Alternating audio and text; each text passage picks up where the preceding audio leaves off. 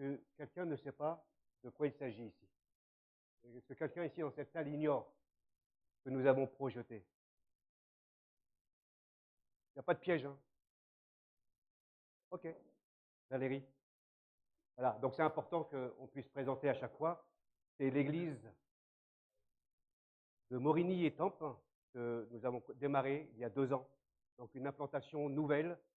Et sur cette région-là, c'est pour ça que certaines personnes ne sont pas parmi nous ce matin, mais nous voulons implanter une nouvelle église. Nous avons démarré déjà il y a 2 ans dans la région étampoise, et là nous sommes actuellement dans la ville de Morigny. Donc prions pour cela et rappelons aussi dimanche, quand il y a le culte à Morigny, c'est actuellement 2 dimanches par mois et 2 mercredis également par mois. Donc prions pour Arpajon, mais prions aussi pour l'implantation de Morigny, que Dieu ajoute aussi de nouvelles personnes. Et quand Dieu ajoute des nouvelles personnes, c'est toujours une grande joie, n'est-ce pas? Hein? Comme dans une famille, hein.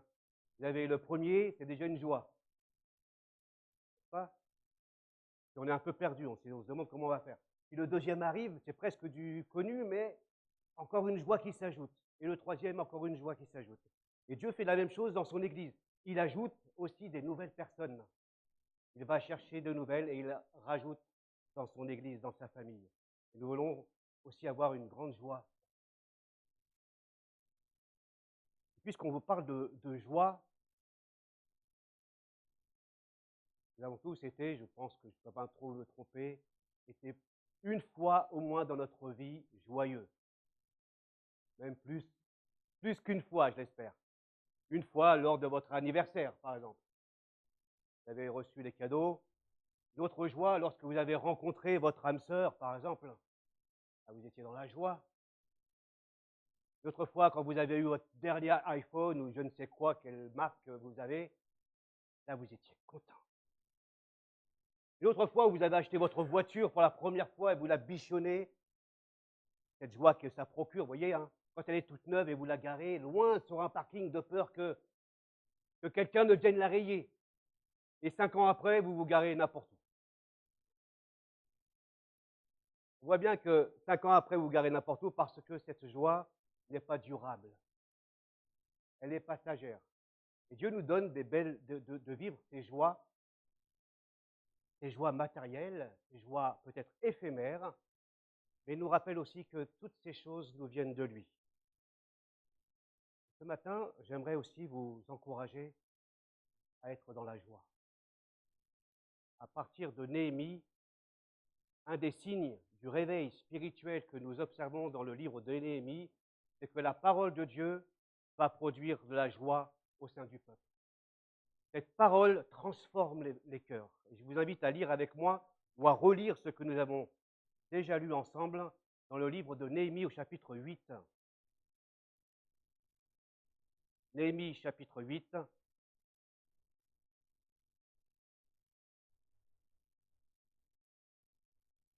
Je vais lire les versets 1 à 3, les versets 8 et le verset 9 à 12.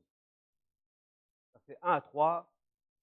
Tout le peuple s'assembla comme un seul homme sur la place située devant la porte des eaux. Ils demandèrent à Esdras, qui était spécialiste de la loi, d'apporter le livre de la loi de Moïse, donné par l'Éternel à Israël. Le premier jour du 7e mois, Esdras, qui était aussi prêtre, apporta la loi devant l'assemblée, composée d'hommes et de femmes et de tous ceux qui étaient en âge de comprendre ce qu'ils entendaient.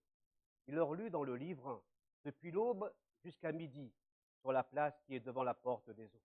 Tout le peuple était attentif à la lecture du livre de la loi, hommes, femmes et tous ceux qui étaient en âge de comprendre. Verset 8.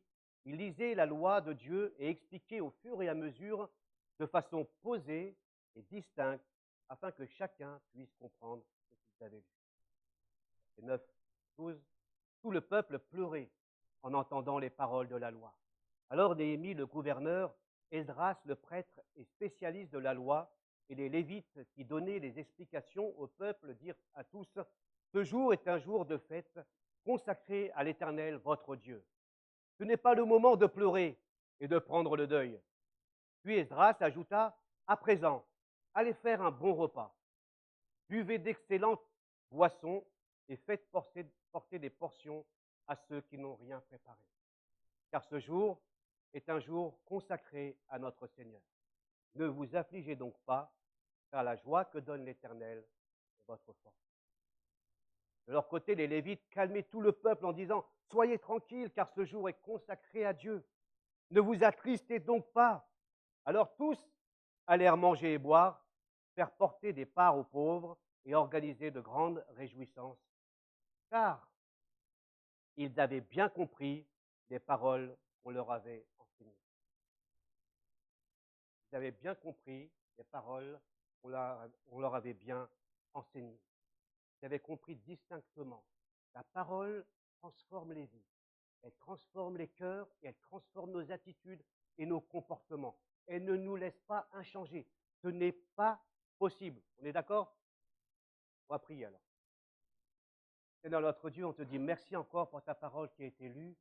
Merci pour ce que tu fais de beau. Nous désirons ensemble, comme ce peuple, Seigneur, être attentifs à ta parole. Bien plus, nous désirons que tu augmentes notre faim et notre soif de toi, de ta parole.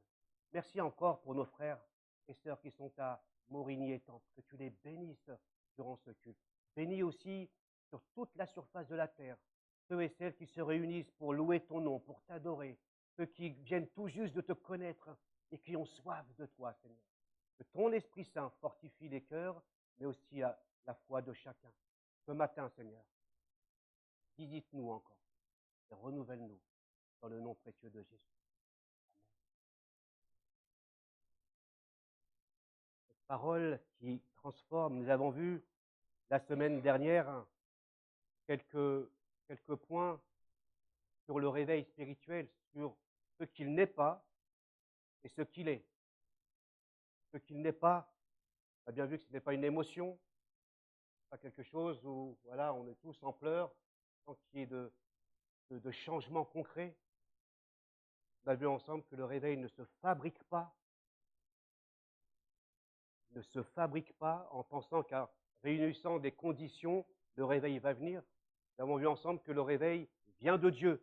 Il est souverain, il est un don de Dieu. Et quand il arrive, il produit plusieurs choses. Je ne vais pas reprendre le message.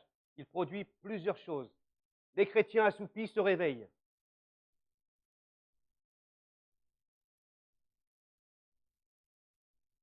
Les chrétiens de nom se convertissent. C'est-à-dire ceux qui sont là régulièrement dans l'Église du Christ, qui sont baptisés, responsables ou bien d'autres, ils se convertissent parce qu'ils pensaient être chrétiens et ne le sont pas. Troisième chose qui se produit, les non-chrétiens se convertissent à leur tour. Voilà ce que produit le réveil spirituel ou le renouveau spirituel. On assiste avec Néhémie à ce renouveau. On a vu ensemble quelques témoignages du réveil au pays de Galles, avec plus de 100 000 conversions en quelques mois. Nous avons aussi entendu les réveils dans la Drôme en France, en 1920, de deux. Et donc ça a été comme une contagion, une contamination. À partir du moment où la jeune femme s'est convertie, que les pasteurs, les responsables ont commencé à pleurer, confesser leurs péchés, alors il s'est passé un réveil remarquable. Ça, c'est un don de Dieu.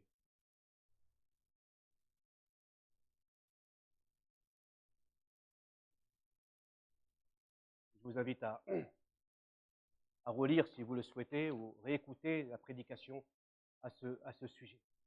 Et nous avons bien vu ensemble que le peuple, quand ils entendaient la parole, ils ont commencé à pleurer. Des larmes ont coulé sur leur vie. Des larmes ont coulé, parce qu'ils ont compris quelque chose. On leur faisait la lecture du matin jusqu'au soir. Pendant 7 jours. Pendant 7 jours, ils étaient réunis. Ils se réunissaient pour entendre la parole. Pendant 7 jours, pas qu'un dimanche par semaine. Nous avons l'occasion d'avoir 3 jours. Nous avons eu l'occasion aussi d'avoir 7 jours de jeûne et de prière. On n'est pas aussi nombreux. Vous voyez? Pendant 7 jours, ils avaient soif et faim parce qu'ils avaient compris quelque chose. Ils avaient compris qu'ils avaient été infidèles, qu'ils avaient désobéi à ce Dieu fidèle, qui les avait arrachés de l'Égypte, qui les avait nourris pendant 40 ans dans le désert, qui les avait accompagnés et protégés contre l'ennemi. Et pourtant, Ils n'ont pas saisi cette grâce de Dieu.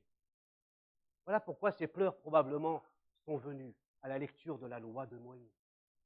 Je ne sais pas quel effet ça peut faire aussi dans notre vie. Je me souviens d'une personne qui disait, mais ça serait bien de prier toute la nuit ici, quand on jeûne et quand on prie toute la nuit. Moi, je dis, mais commence par venir, tout simplement. Commence par venir. Ça serait bien de prier, jeûner pendant 7 ou 20 jours. Commence à venir une soirée. Personne ne te pousse à venir ici. Tu es d'accord? Si tu es là, pour plusieurs raisons. Toi, tu es à l'écoute de Dieu. Et tu veux te laisser réveiller. Comme ce pasteur que nous avons entendu la semaine dernière dans son témoignage. Il s'est humilié, il s'est présenté devant son assemblée. Il a déchiré sa prédication. Il a dit maintenant quelque chose s'est passé dans cette assemblée. Je suis le premier réveillé. Je suis le premier réveillé. Peut-être que nous croyons être chrétiens, nous ne le sommes pas. Peut-être que tu n'es pas chrétien. Et pourquoi il y a eu tant de conversions? Parce que les chrétiens assoupis se sont réveillés. Parce que les chrétiens de nom se sont convertis. Et qu'est-ce qu'ils ont fait? Ils sont partis voir leurs copains, leurs voisins, leurs collègues. Et voilà comment les gens se sont convertis. On verra la semaine prochaine. Je ne sais pas si c'est moi qui prêche. Dans leur obéissance, qu'est-ce qui s'est produit? Il y avait même dans la Drôme des pancartes indiquant café, bistrot fermé. Pour quelle raison? Pour cause de conversion. Les gens n'allaient plus dans les bars. La jeunesse est partie voir la mairie en disant non, on ne veut plus faire la fête. Waouh! Je pense qu'il n'était pas bon d'être barman à cette époque. Comme à l'époque des actes des apôtres. Tellement de conversion que les gens n'achetaient plus les tours Eiffel d'Éphèse. Si bien qu'on persécutait les apôtres parce qu'ils annonçaient la bonne nouvelle. Et suite à cette bonne nouvelle, les gens se convertissaient. Et quand ils se convertissaient, ils abandonnaient les idoles. Ils abandonnaient leur ancienne manière de vivre. Ils arrêtaient de faire du trafic et d'acheter leur tour Eiffel à Éphèse. Et donc, si bien qu'ils ont été persécutés parce que le commerce était menacé. Voilà ce que produit l'Évangile. Il menace les commerces autour quand il vient à réveiller. La deuxième chose, je vous l'ai dit au début, produit la parole de Dieu et la joie. La joie. Nous connaissons tous ce verset, même pour les plus anciens, on connaît ce petit chant. Car la joie que donne l'Éternel est notre force. Car la joie que donne l'Éternel est votre force. Alors comment comprenez-vous ce verset? Ça paraît toujours un peu étrange. La joie de l'Éternel est votre force. Comment est-ce que vous comprenez ce verset? Qu'est-ce que ça veut dire pour vous?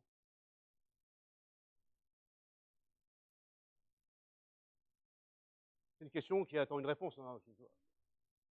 Parfois, je vous dis non, hein, vous ne répondez pas, mais ça produit quoi? Ça veut dire quoi concrètement? La joie de l'Éternel sera votre force.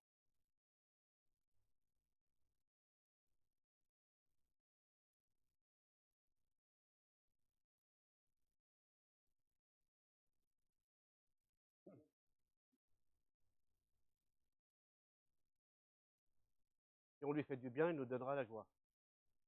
Il nous donne déjà la joie, ok?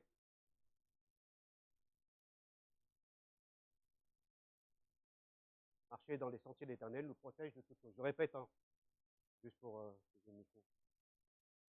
Si ça, quelqu'un d'autre? La joie de l'Éternel sera votre force. Oui?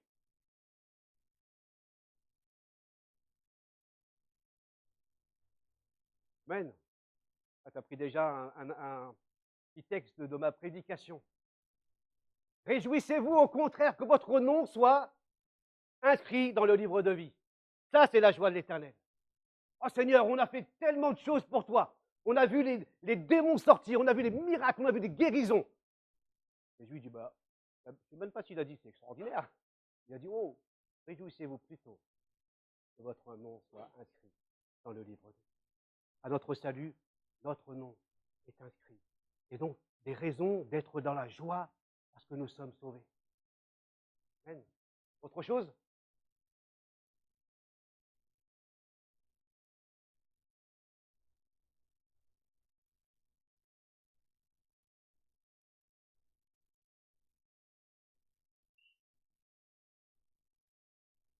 Un Dieu si grand. Là, tu parles peut-être de l'émerveillement.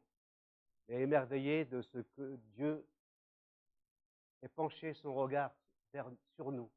Nous qui sommes insignifiants, qui n'avons rien qui mérite l'attention, l'amour de Dieu, et pourtant, la grâce de Dieu est choquante. Parce qu'il m'aime, et il m'a aimé avant même que j'ai pu faire quoi que ce soit de bien pour lui. Une dernière personne, la joie de l'Éternel sera votre force. Qu'est-ce que ça signifie pour vous?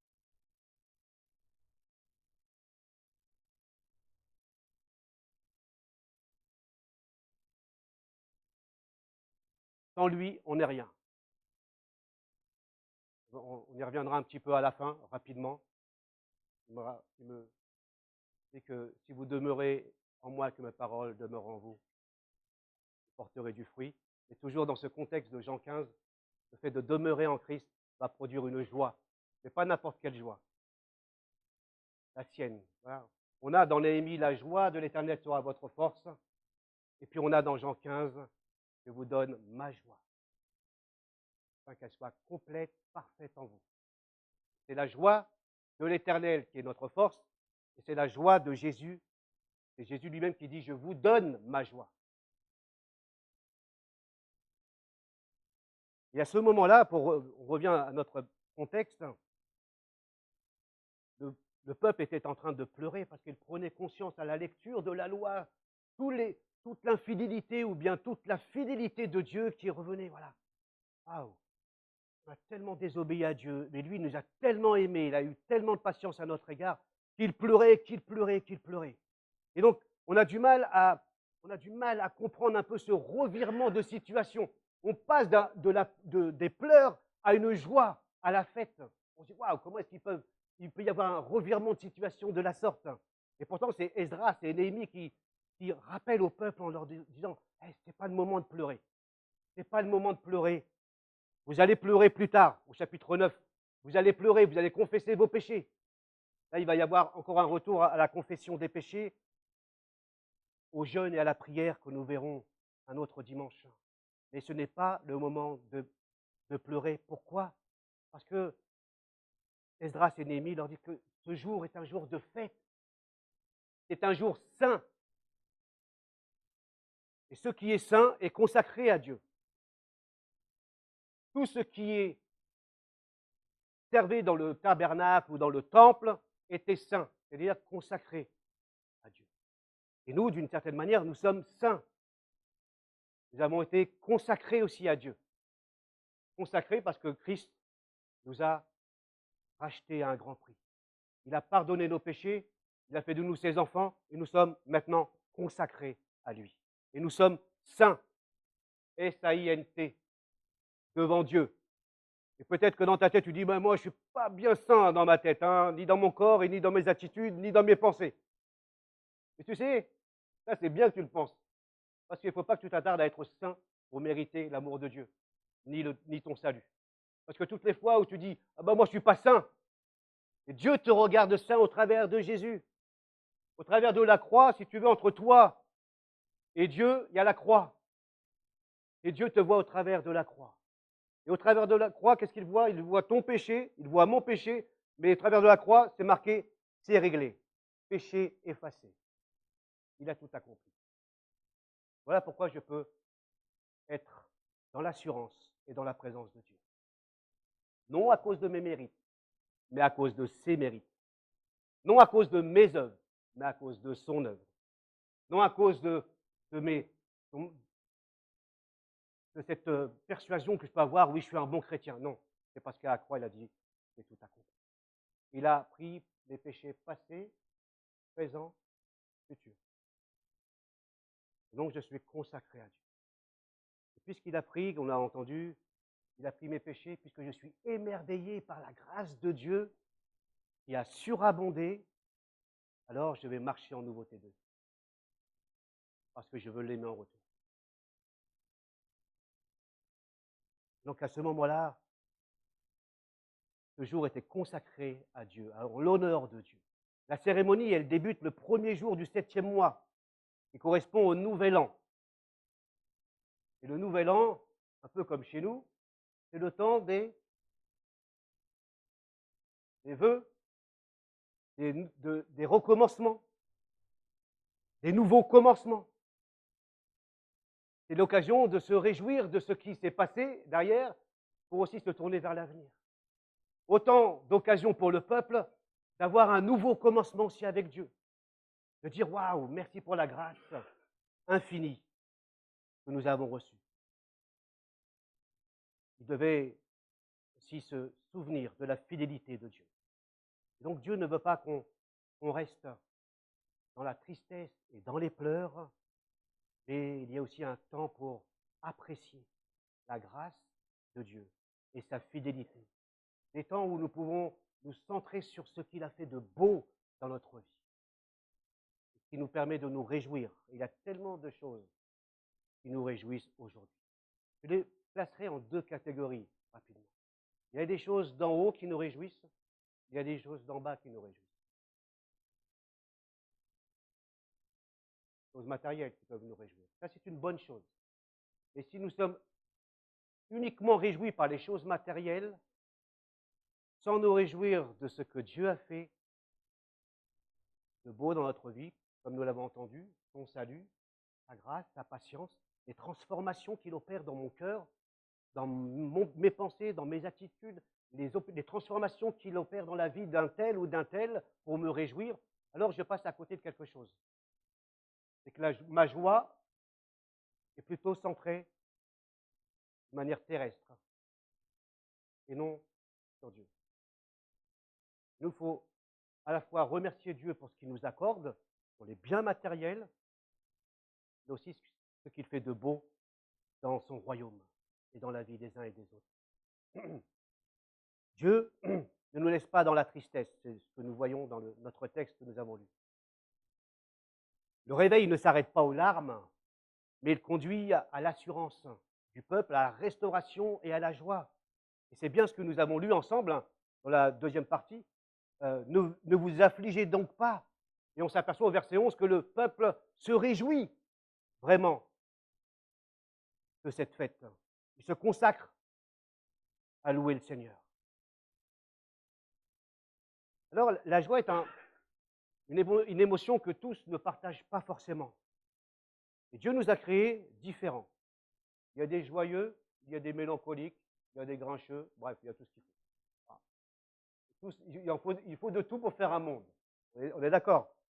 Et puis, on ne peut pas avoir des joyeux partout. Pourquoi? Parce que nous sommes, la Bible dit, dans un monde déchu. C'est-à-dire que le péché est venu défigurer la création de Dieu. Si bien que nous ne vivons pas dans le paradis. Nous avons peut-être un avant-goût de paradis. Par-ci et par-là, quand Dieu nous donne la grâce de voir. Mais nous ne sommes pas dans le paradis. Et donc, nous avons tous été créés différents. Certains ont des tempéraments naturellement plus optimistes, joyeux que les autres. D'autres, par nature, sont plus mélancoliques. Il n'y a pas de tempérament meilleur que d'autres. Le tempérament n'est pas un péché. Autrement, on serait bien triste. Par contre, nous avons les qualités de nos tempéraments, mais également les défauts de nos tempéraments. Si je suis très organisé, par exemple, très carré, soigneux, rigoureux, très bonne qualité. Le danger, je dis, c'est que vous risquez d'être un peu rigide. Que les coins, vous n'arrivez pas à les arrondir. Parce que vous avez une qualité d'être soigneux, sérieux, etc., presque à la limite du perfectionnisme, qui n'accepte pas les erreurs des autres. Donc on a des défauts. Comme celui qui est super joyeux, celui qui est spontané, toujours spontané, toujours spontané. On dit waouh, c'est super. Ça, c'est une qualité, cette fraîcheur de vie. Il y a des personnes autour de vous comme ça, hein, vous donne envie, il y avait une spontanéité, une insouciance d'adolescent. Ça, c'est une excellente qualité. Les gens ne se soucient pas de ça. Ils y vont, ils font, c'est là, moi ça me. Waouh. Mais le problème, c'est quoi? Le défaut, ils sont pas bordéliques, mais presque, quoi. On ne peut pas les canaliser, quoi. Ils sont désorganisés. Donc, on réfléchit aussi à nos tempéraments. On a des bons tempéraments, des moins bons. Donc, on ne doit pas connoter ça de mauvais. Mais on a quand même des risques. Si nous sommes dans tel tempérament, un fougueux, un sanguin, ben, il se mettra plus en colère comme l'apôtre Pierre. Voyez. Mais ce n'est pas impossible. Il y a un changement. Puisque l'apôtre Pierre, qui était fougueux, il parlait sans réfléchir, vous vous souvenez, hein, il parlait même au nom des apôtres. On va faire comme ça, les autres ils peuvent t'abandonner, moi jamais je t'abandonnerai. Bref, c'est le premier à aller se jeter dans l'eau, mais quand même il a marché dans l'eau. Il a marché, alors qu'il y avait la tempête. Et puis souvent, entre nous, on se dit, oh ben quand même Pierre, t'as manqué de foi. T'as regardé aux circonstances environnantes, t'as pas regardé à Jésus. Mais si on était dans la barque, tu serais allé toi? Ah moi je crois que je serais resté en bas. Il va voir, ce homme-là, je ne sais pas qui c'est. Il le prenait pour un fantôme. Et quand même celui qui est parti de la barque, qui a marché, qui est parti, même s'il a fait des erreurs. Mais il est le même quand il écrit ses épîtres. C'est pour ça que je vous dis qu'il y a une transformation possible. Quand il écrit ses épîtres, il parle de patience, il parle d'endurance. Waouh! Quelqu'un qui a appris. Attention, parce que les épreuves, elles produisent ça, les efforts produisent la patience. C'est Pierre qui parle de patience, alors qu'il ne pouvait pas s'empêcher de parler. Donc il y a des transformations possibles en laissant Dieu canaliser notre tempérament par son esprit. Donc il est vrai que certains devront peut-être cultiver plus la joie que d'autres, mais cette joie, elle est accessible. Elle n'est pas, liée à un tempérament, puisque l'on verra, c'est la joie de l'Éternel. Ce n'est pas la joie d'un tel, c'est la joie de l'Éternel. Et c'est la joie de Jésus qui est promise. Donc une joie, une manifestation extérieure à nous.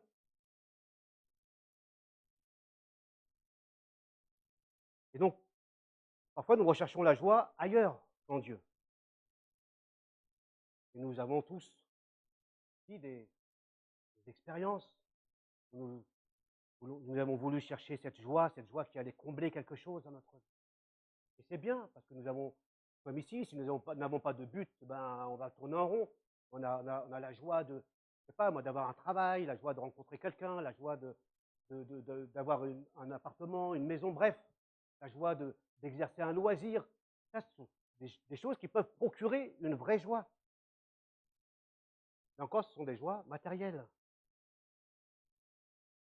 Mais la joie ne réside pas dans ces choses-là matérielles. Parce que tôt ou tard, elle s'essouffle, elle disparaît. La joie est éphémère. La joie du Seigneur n'est pas la joie des circonstances non plus, ou du tempérament, ça je l'ai dit déjà.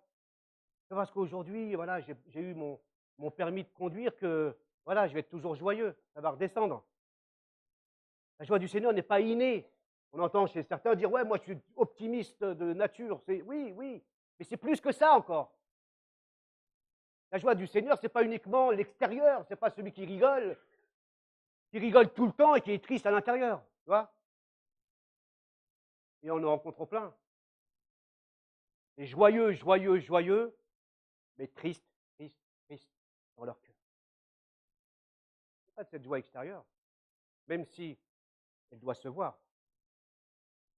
La joie du Seigneur n'est pas superficielle. Et paradoxalement, elle n'est pas, la joie du Seigneur, qu'une émotion. Je l'ai dit un peu. Elle n'est pas qu'une émotion. Pourquoi? Parce qu'elle est appelée la joie du Seigneur. Elle est extérieure à nous. Et il semble que Néhémie dise il y a quelque chose de plus dans cette joie. C'est une joie divine, c'est une joie surnaturelle, c'est une joie que je ne trouve pas en moi, naturellement, mais qui se trouve en Dieu. Et c'est lui qui donne cette joie-là. Elle est appelée la joie du Seigneur. Elle n'est pas appelée la joie de Jamel qui est née avec la joie de manière innée. Non, pas possible. Parce que mes humeurs montent.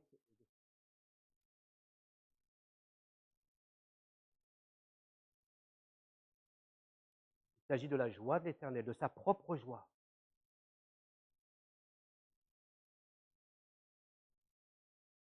Cette joie-là a été promise, même vécue au sein du peuple à l'époque de Néhémie. En quoi était-elle la force du peuple à l'époque de Néhémie, cette joie? C'est bien que nous avons suivi le livre de Néhémie et nous avons vu dans quelle situation était le peuple. Le contexte dans lequel se trouvait Néhémie, le contexte dans lequel se trouvait le peuple, il était en exil et il était de retour au pays. Et Dieu l'a délivré de la main des Babyloniens à l'époque. Et maintenant, ils sont sous la souveraineté perse. Mais ils ont vu comment Dieu les a délivrés.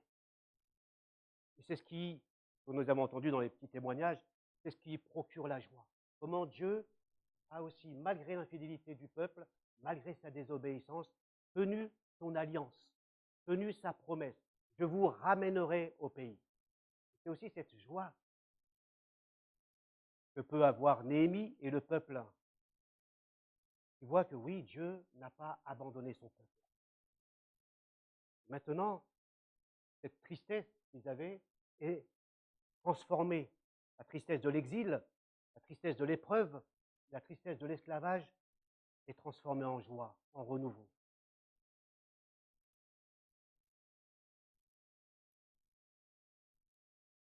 La joie, je l'ai dit, est la conscience de la grâce de Dieu, sa fidélité. Pour nous, ça veut dire quoi? Ça veut dire, comme je me permets de répéter, la joie de notre salut, la joie de savoir que nous avons été pardonnés, la joie de savoir que Dieu est là aussi. La joie, c'est aussi de se dire que je sais que Dieu est là. Je ne suis pas dans la tristesse, je ne suis plus dans l'inquiétude, mais je sais que Dieu est là et qu'il est digne de confiance. David nous dira dans le psaume 13, 4 fois, il dira jusqu'aux quand, ô Éternel. Il dit, jusqu'aux quand, ô Éternel, m'oublieras-tu sans cesse? Jusqu'aux quand seras-tu loin de moi? Jusqu'aux quand aurai-je des soucis et des chagrins de cœur à longueur de journée? Jusqu'aux quand mon ennemi aura-t-il le dessus? Jusqu'aux quand? Aucune raison de se réjouir, finalement, puisque je suis dans le chagrin, puisque les circonstances sont défavorables, puisque les gens sont contre moi. Aucune raison de se réjouir. Or, au verset 6, il nous dit, pour moi, j'ai confiance en ta bonté. La joie remplit mon cœur. À cause de ton grand salut, je veux chanter en ton honneur. Ô Éternel, tu m'as comblé de tes bienfaits. Comment est-ce que possible ça? Comment est-ce possible de dire de telles paroles? Il ne s'agit pas ici d'une joie liée aux circonstances, mais une joie qui découle de la confiance que David avait en Dieu. Je dirais simplement quelques questions sans réponse. Comment est-ce possible que dans une telle situation, on puisse éprouver, goûter, expérimenter une joie de Dieu? Ce n'est pas possible. Ce n'est pas humain. Vous êtes d'accord? Je m'interroge. Si David a pu dire ça, qu'est-ce qu'il avait en lui que nous n'avons pas? Ou qu'est-ce qu'il avait en lui que nous pourrions avoir aussi? Paul disait, en 2 Corinthiens chapitre 6, qu'il était triste, mais toujours joyeux. Paradoxal. Comment est-ce qu'on est toujours triste et en même temps toujours joyeux? Qu'est-ce qui se produit dans la vie de Paul, comme dans la vie de David, qui fait qu'il puisse dire de telles paroles? Il nous dit, David et Paul, que la joie dans l'adversité est possible. Pas facile pour toi qui es éprouvé aujourd'hui. Je n'ai pas de réponse à te dire. Moi, je ne suis pas encore éprouvé ou tant éprouvé que toi. Mais ces paroles sortent de la bouche de David. Ces paroles sortent de la bouche de l'apôtre Paul. Bien sûr, il y a un temps pour tout. Il y a un temps pour être dans la tristesse, un temps pour pleurer, nous dit la Bible. Il y a un temps pour se réjouir. Bien sûr, l'apôtre Paul dit que réjouissez-vous avec ceux qui se réjouissent et pleurez avec ceux qui pleurent. Bien sûr, il dit que ces deux situations existent. Elles sont une réalité dans la vie chrétienne. Je ne dis pas que c'est vrai pour moi toujours. Je dis que cela devrait l'être dans ma vie. De me réjouir malgré l'adversité. Dieu ne désire pas que son peuple reste dans une affliction continuelle, dans un état de tristesse continuelle, qui nous prive de sa joie. Il nous a promis la joie, sa joie, et il veut nous la donner. La différence est que nous ne sommes pas appelés à rester indéfiniment dans la tristesse, mais nous sommes appelés à recevoir la joie de Dieu. Ça, c'est la seule différence. Il y a un temps pour être triste et un temps pour se réjouir. Et ça, Dieu le sait. Et souvent, nous rencontrons peut-être deux dangers, deux difficultés. Ceux qui sont dans la tristesse restent dans la tristesse. Et ils se nourrissent de tristesse. Et la tristesse se transforme en apitoiement sur soi. En apitoiement sur soi et en rendant les autres responsables de ce que nous sommes aujourd'hui tristes. Et Dieu ne veut pas qu'on reste dans l'apitoiement. Maintenant, Dieu ne veut pas que tu sois dans le déni, que tu dis tout va bien, alors que rien ne va. Tu as le droit devant Dieu de pleurer et d'être triste. Ma fille m'a envoyé quelque chose, un petit Insta rapide, que je ne regarde pas souvent, mais de sa part, je... Merci ma fille. C'est de Stéphane Korn, qui a écrit le chant « Mon secours est en toi », qui fait un petit... qu'on a vu aussi à l'école biblique ensemble, où il est étonné de voir que les chants victorieux de joie sont massifs dans l'Église du Seigneur. Et il dit que 70% des psaumes sont des psaumes de lamentation. Et il dit que, étrangement, on retrouve un chant sur 100, ou 5 chants sur 100, qui traitent d'un chant de lamentation. Et il s'interroge, pourquoi ?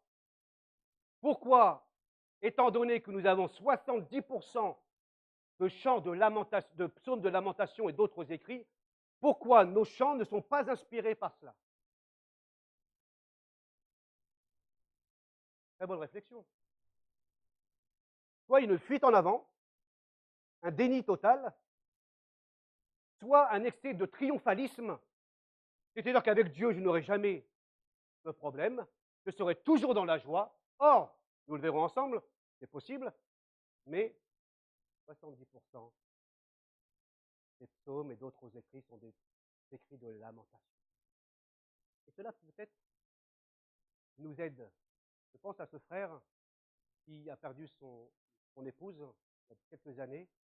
Et quand on chantait, il dit jamais, je ne me lève pas, je n'ai pas le cœur à chanter parce que je suis dans la tristesse. Bien resté.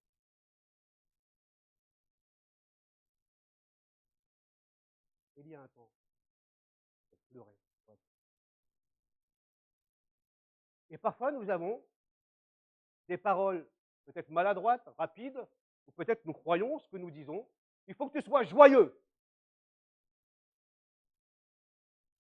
J'ai envie de te dire, respecte-moi. Dieu respecte ton cheminement spirituel. Nous avons vu ensemble que nous avons des tempéraments différents les uns les autres. Et Dieu respecte nos tempéraments. Dieu respecte nos hauts et nos bas. Et nous marchons à des vitesses différentes les uns et les autres. Donc oui, il y a de la place pour la tristesse. Et il y a aussi de la place pour la joie. Et aussi le paradoxe que nous trouvons dans la Bible.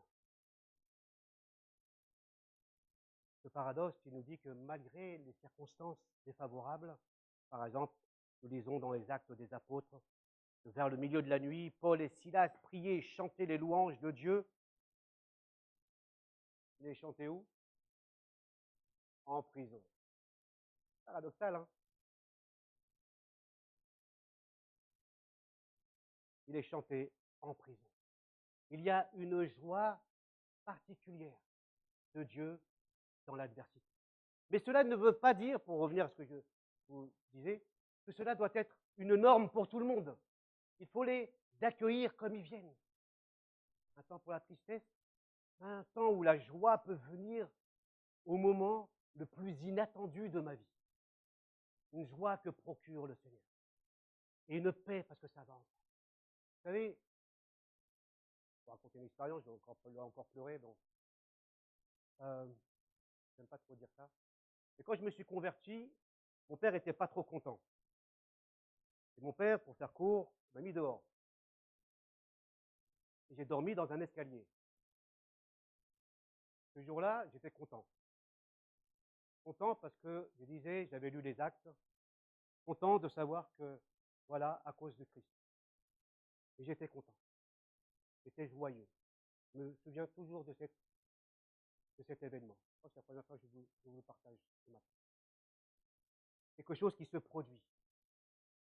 Quelque chose qui vous attriste, mais quelque chose qui est plus grand, une joie qui inonde votre cœur. J'ai mal dormi. Parce que la joie ne vous promet pas de bien dormir. D'accord? Mal dormi. Pas de matelas. J'étais dans la joie. J'étais dans la joie. Après, je suis reparti chez mon père. Ça, c'est un autre témoignage.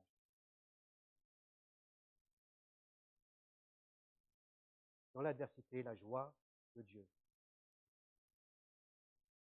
Satan cherchera par tous ses moyens. Hein, dans la Bible, il est parlé du diable. Il cherchera par tous les moyens pour montrer Dieu sous un autre jour. Sous le jour de celui qui veut dire toujours non. Celui qui veut te priver d'être heureux. Celui qui veut te priver d'être joyeux. Voilà le but du diable. Et c'est exactement de cette manière qu'il a pu avoir Adam et Ève. Et de la même manière, il arrive à nous atteindre. Si Dieu voulait vraiment que tu sois joyeux, pourquoi il t'empêche? Pourquoi il t'empêche là? Pourquoi il ferme les portes? Ça t'arrive ça? Ça t'arrive? C'est exactement ce qu'il fait encore et encore. Et ça marche. Ça marche. Et nous perdons la joie. Et nous perdons et nous voyons Dieu sous un autre angle. Non pas celui qui nous a sauvés, non pas celui qui nous a rachetés, non pas celui qui est venu mourir à la croix pour nous, mais on le voit comme un ennemi maintenant. Un Dieu grincheux, qui dit toujours non. Lui, finalement, qui cherche à vous rendre malheureux.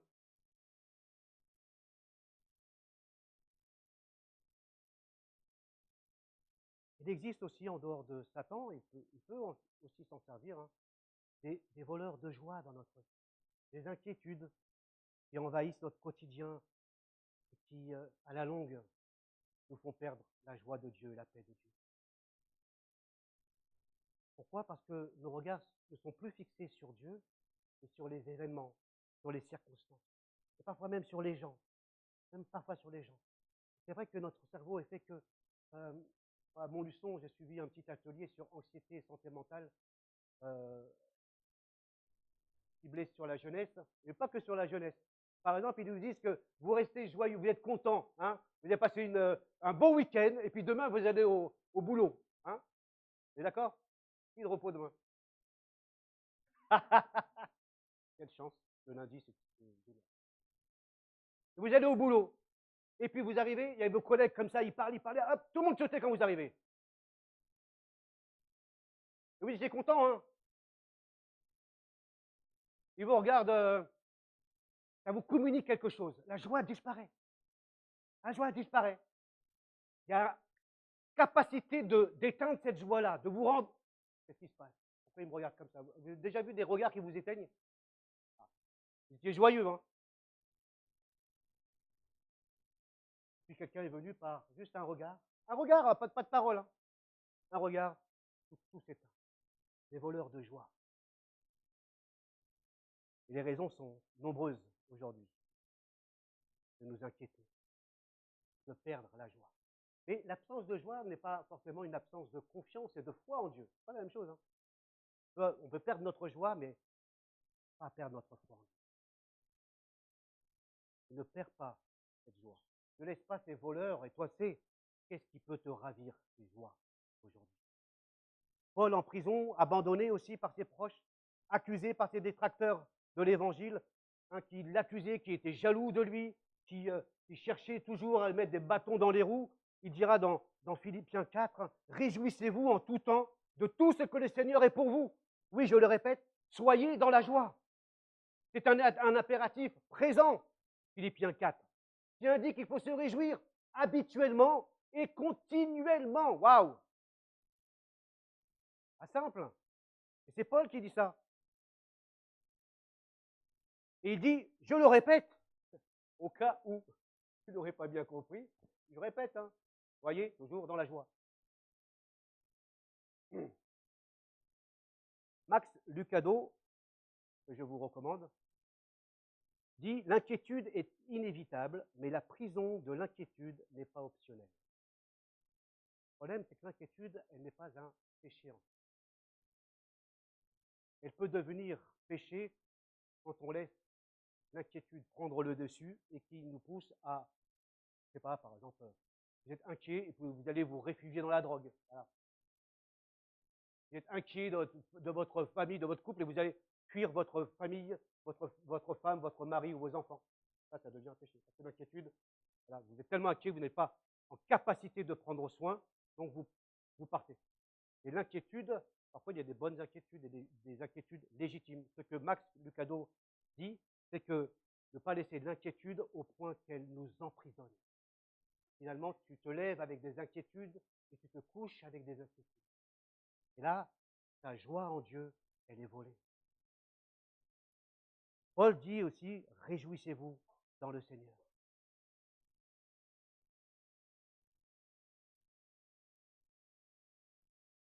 C'est un impératif. Se réjouir dans le Seigneur. Ce n'est pas se réjouir de notre propre vie, mais dans le Seigneur encore. La joie promise par Jésus, je vais terminer par 2 citations. La joie promise par Jésus qui nous dit, si vous obéissez à mes commandements, vous demeurerez dans mon amour, tout comme moi-même, j'ai obéi aux commandements de mon Père, je demeure dans son amour. Tout cela, je vous le dis, pour que la joie qui est la mienne vous remplisse vous aussi, et qu'ainsi votre joie soit complète. Jean 15. La joie promise par Jésus est une joie qui découle de notre communion avec lui et de notre obéissance à sa parole. Si mes paroles demeurent en vous et que vous restez demeurés en moi, voilà ce qui va se passer. Ma joie vous sera complète. Et la joie promise, parce que Jésus est parti, il a dit, il est préférable que je m'en aille pour que l'Esprit Saint puisse venir. La joie produit aussi par le Saint-Esprit. C'est un fruit de l'Esprit. Bien sûr, la liste n'est pas exhaustive. Il y a d'autres fruits que produit le Saint-Esprit. Mais entre autres, il est dit que le fruit de l'Esprit, c'est l'amour, la joie, la paix, la patience, etc. Mais la joie, il ne s'agit pas, je vous l'ai dit, une joie qui vient de moi, ni d'une joie statique, mais quand l'Esprit de Dieu transforme ma vie, il y a une joie dynamique. Elle est toujours en mouvement. Cette joie, elle est produite, encore une fois, pas de quelque chose ou de quelqu'un d'autre que le Seigneur. Non, pas de ça. Elle ne vient pas de moi, elle vient de l'extérieur. Elle vient de Dieu. Et elle vient du Saint-Esprit. Cette joie-là, elle est donnée par l'Esprit. Et la vie des premiers chrétiens dans les actes des apôtres est caractérisée, nous n'avons pas le temps ici de le voir, caractérisée par la joie. Et la joie est souvent associée au Saint-Esprit dans le livre des actes des apôtres.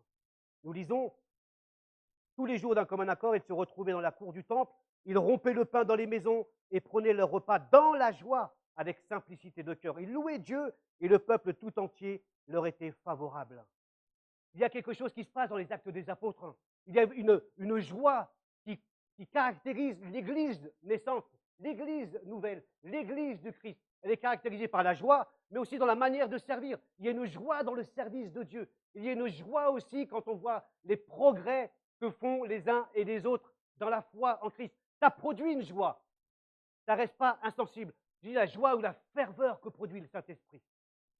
Ce n'est pas quelque chose, une joie qui va redescendre pour disparaître.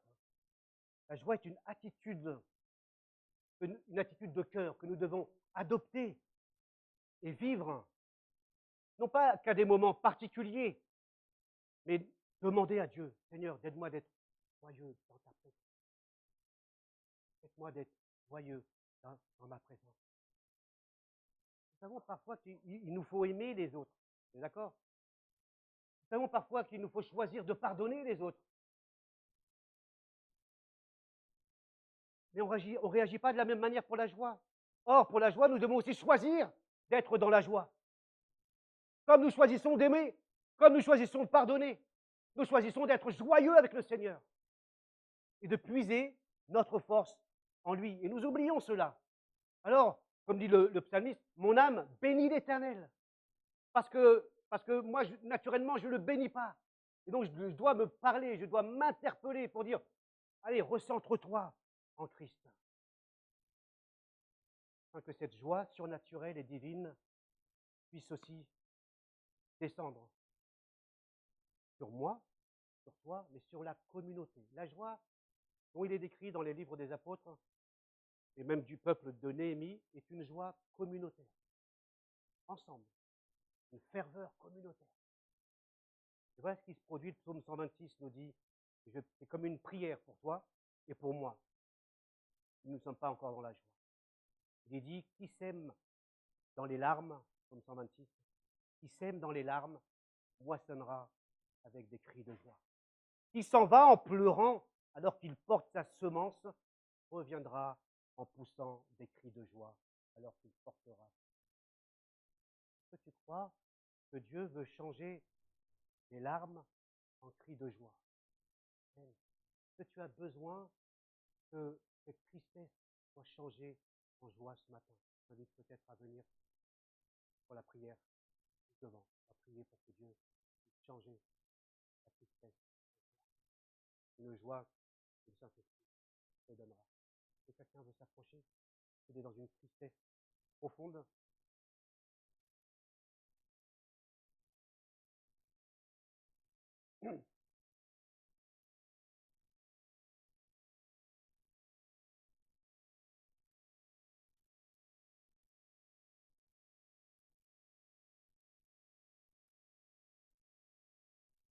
C'est aussi une joie que Dieu veut donner à ceux et celles qui ne le connaissent pas. Tu cours après ta vie, tu cours après le travail, tu cours après tes enfants, tu cours après ta femme, et tu as oublié peut-être quelque chose que jamais tu ne seras à court de ressources, c'est la joie de Dieu. La joie de Dieu, elle est, par définition, durable, profonde. Bien sûr, tu peux parfois la perdre, parce que tu t'es perdu toi-même, et tu peux revenir à Dieu. Je vous invite à vous lever pour vous associer à la prière.